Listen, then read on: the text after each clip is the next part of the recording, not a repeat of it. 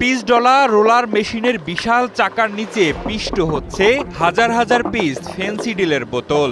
অন্যদিকে হাতুড়ির আঘাতে চূর্ণ বিচূর্ণ করা হচ্ছে দেশি বিদেশি বিভিন্ন ব্র্যান্ডের মদের বোতল।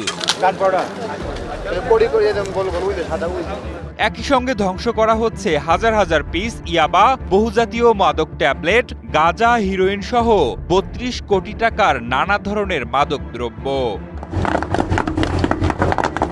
শুধু মাদক ধ্বংসেই অভিযান শেষ হয়নি, একই সময়ে মাদক চক্রের সঙ্গে জড়িত ৪১ জন আসামিকেও আটক করেছে আইন শৃঙ্খলা বাহিনী। তাদের বিরুদ্ধে নেওয়া হচ্ছে প্রয়োজনীয় আইনগত ব্যবস্থা।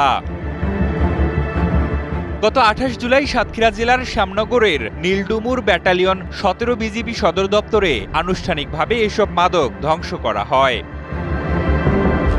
বিজিবি জানায় ২০২৩ সালের ৭ সেপ্টেম্বর থেকে ক্রাঞ্চি রোলের ভিতর চকলেট ক্রিমের filling all time cream roll মুখে দিতেই স্পেশাল ইনসাইড। চলতি বছরের ১১ জুলাই পর্যন্ত দেশের সীমান্তবর্তী জেলা সাতক্ষীরার বিভিন্ন এলাকায় অভিযান চালিয়ে এই বিপুল পরিমাণ মাদকদ্রব্য জব্দ করে বর্ডার গার্ড বাংলাদেশ,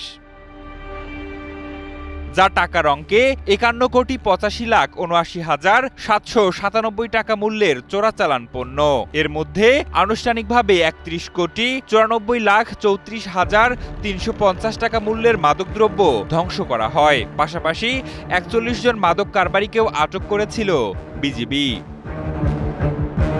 অনুষ্ঠানে প্রধান অতিথি হিসেবে উপস্থিত থেকে মাদক ধ্বংস কার্যক্রমের উদ্বোধন করেন বিজিবির দক্ষিণ পশ্চিম রিজিয়নের region commander brigadier general Mahmudul Hasan. মাদক বিরোধী এসব অভিযান অব্যাহত থাকবে বলে জানান এই কর্মকর্তা।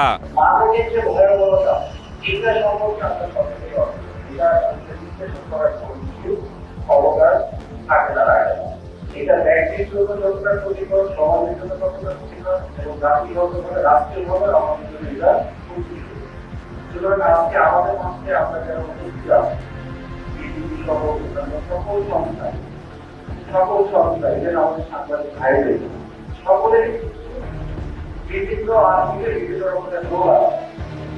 এই মাদক প্রতিরোধ অথবা মাদক মুক্ত বাংলাদেশ গড়ার ক্ষেত্রে আমরা সকলেই যার যার অবস্থান থেকে আমাদের